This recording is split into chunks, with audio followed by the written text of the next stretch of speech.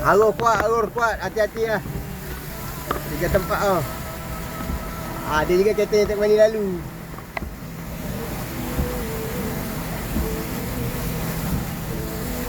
Wah, dia dah makan jalan kita.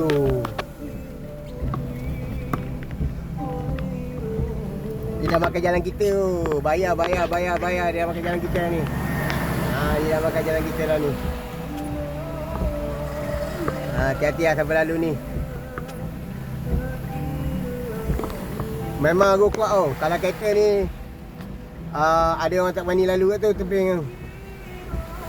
Kita risau takut lubang ada apa kan. Ni tak nampak lubang ni.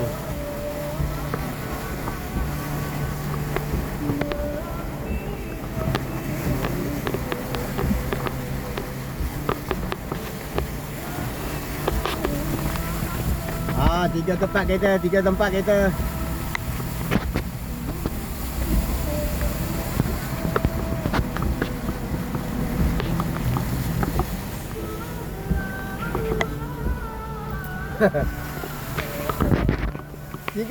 tu. 3 tempat wah. Boleh.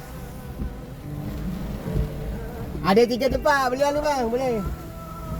3 tempat tau.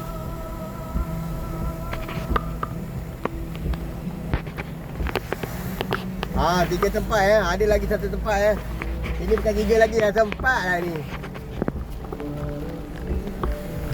Memang arus kuat lah.